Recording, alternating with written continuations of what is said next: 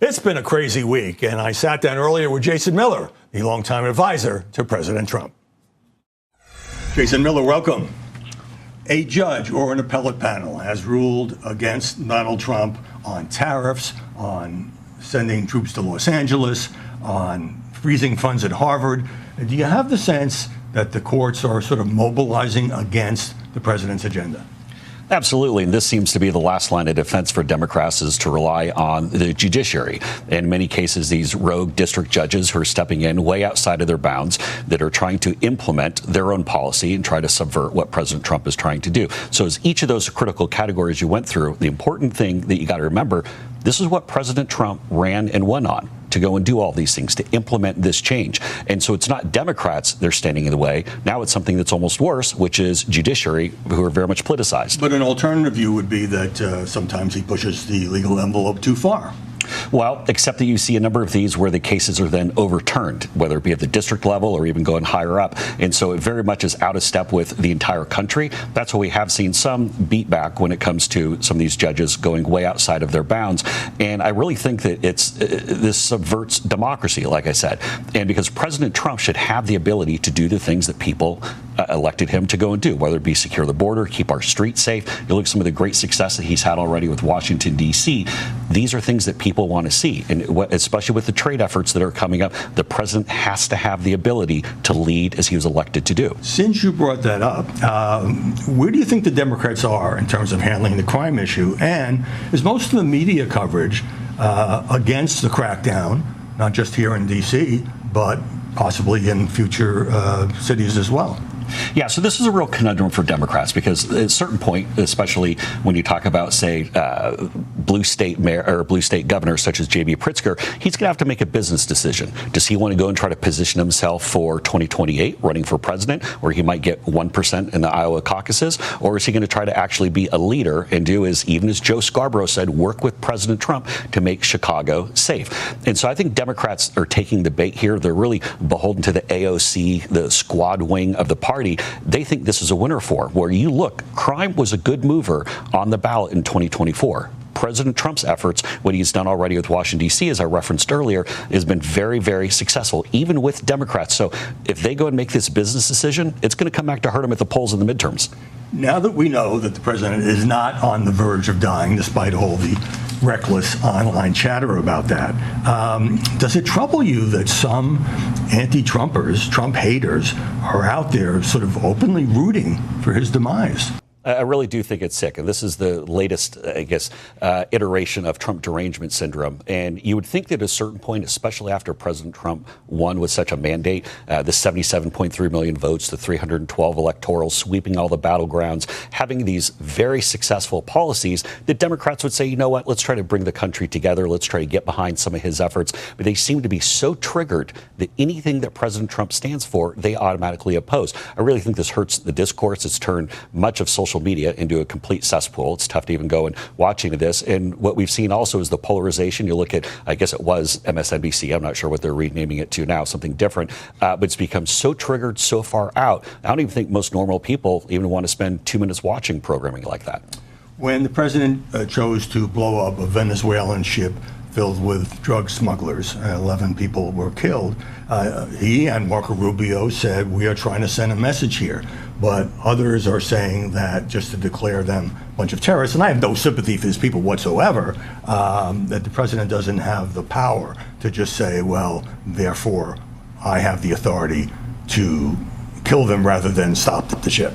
Well, they are terrorists. They've been branded terrorists, and you can treat them as terrorists, and you can deal with them as such. And we saw they now sleep with the fishes, and they had a very quick end to their terrible lives. The fact of the matter is, over the previous 4 years with Joe Biden and Kamala Harris, the amount of drugs that came into this country, the amount of illegal aliens, the lack of safety, you think about the innocent people who've been killed by all the crime and the nonsense that went on. People wanted that to stop. That's why they put President Trump in. And so as we see these drug smugglers, these narco terrorists coming in, it doesn't matter if it's from Venezuela, from Mexico, or any of these other countries, they have to be stopped, because what they're sending, the filth that they're sending into the United States, then kills people. And the first rule of government, Howie, first rule, keep your people safe. That's exactly what President Trump is doing. When the women victimized by Jeffrey Epstein were telling their stories of sexual abuse. And one of them said she voted for Trump. I wonder, the president said, well, this is a Democrat hoax. What's the hoax part? Well, I think you got to go and separate the things here. So obviously, anyone who's been a victim of something like that, that's terrible. That should never be excused. That's a horrible situation. And it was just, everything about it was completely disgusting. Now, when you look at some of the Democrat operatives and Democrat super lawyer celebrities who are taking part in that event, that did become a politicized event. You look at political figures joining that then becomes a politicized event.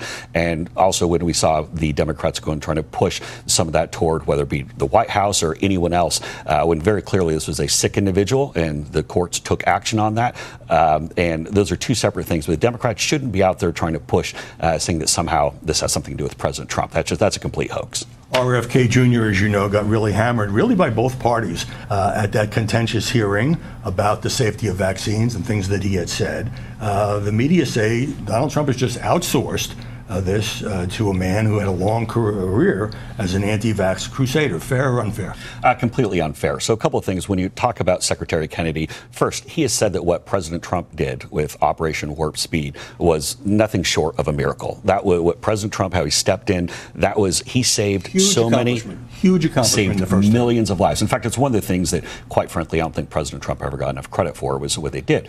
That was obviously in 2020. Now we're in the back half of 2025. It's been 5.5 years since that came onto the scene.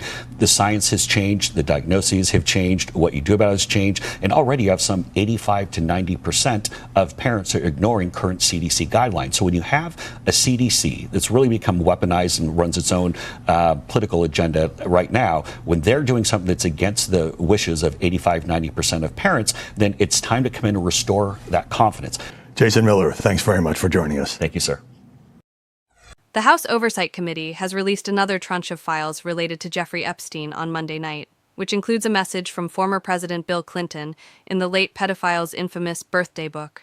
The surprise document dump by the GOP-led panel came hours after Epstein's estate turned materials over to House investigators, pursuant to a congressional subpoena. Among the documents released by the committee is the reported book compiled by Epstein accomplice Ghislaine Maxwell for the late pedophile's 50th birthday. What appears to be an entry by Clinton praises Epstein's childlike curiosity, the drive to make a difference, and the illegible of friends. The book also appears to include entries by former Epstein attorney Alan Dershowitz and President Donald Trump, though the White House and the president himself have vehemently denied its veracity on multiple occasions. As I have said all along, it's very clear President Trump did not draw this picture, and he did not sign it. President Trump's legal team will continue to aggressively pursue litigation. White House Press Secretary Caroline Leavitt wrote on X, specifically in reference to a Wall Street Journal story that first mentioned allegations of Trump writing in the book. Fox News Digital also reached out to Clinton's office for comment. Epstein and Clinton were known to have a cordial relationship, and Clinton is known to have flown on Epstein's plane on numerous occasions. Neither he nor Trump have been accused of any wrongdoing related to Epstein, however. The birthday book included a letter from Epstein's mother, Pauline Stolofsky Epstein, who wrote that she'd been very busy reminiscing since, Ghislaine asked me to write about you. Jeff, you have been a good son since day one, and we have been proud of you ever since, Epstein's mother wrote. She continued, detailing fond childhood memories of Epstein's life, from his early childhood to his young adult years. I recall you refused to sleep unless I read a story from Grandma's golden book that she bought for 25 cents, she wrote. At PTA meetings, I begged your teachers to improve your handwriting. At age 21, Cosmopolitan magazine featured you as Bachelor of the Month, she added. Today you still hold that title. Stolofsky also referenced nachos, or the Yiddish word for joy, in relation to Epstein's deceased father. Jeff, I'm so sorry that Dad can't share the nachos we have regarding your achievements, she wrote. He would have been overjoyed reading the article about you in the New York Magazine. The birthday book also includes a picture of Epstein holding up a large, fake check for $22,500 with what appears to be Trump's signature. Beneath the photo, the book reads, Jeffrey showing early talents with money plus women, sells fully dedicated to Donald Trump for $22,500. Showed early people skills, too. Even though I handled the deal, I didn't get any of the money or the girl. The book features hundreds of photos, including pictures of Epstein as a child and a teenager, as well as formal school photos, and pictures of him hanging out with friends. The book also contains pictures of Epstein shirtless, Epstein embracing women, and what appears to be a redacted photo of him and Maxwell laughing in a pool. The photo is censored around her body, implying that she was swimming topless. Among the suggestive photos are pictures of mating lions and zebras, along with photos of women in revealing bikinis. A picture of a woman in a bikini is also included with the caption, "Visiting you down in Palm Beach. Can't get a second of privacy with you and a camera around, haha." Speaker Mike Johnson, RLA, told reporters when asked about Trump's entry in the book, "I'm told that it's fake." The entry under Dershowitz's name references a news article that he took credit for influencing, perhaps in a joking manner, changing the focus from Epstein to Clinton. "Dear Jeffrey, as a birthday gift to you, I managed to obtain an early version of the Vanity Unfair article. I talked them into changing the focus from you to Bill Clinton, as you will see from the enclosed excerpt. Happy birthday and best regards," the entry said. Dershowitz has also consistently denied wrongdoing as it relates to Epstein.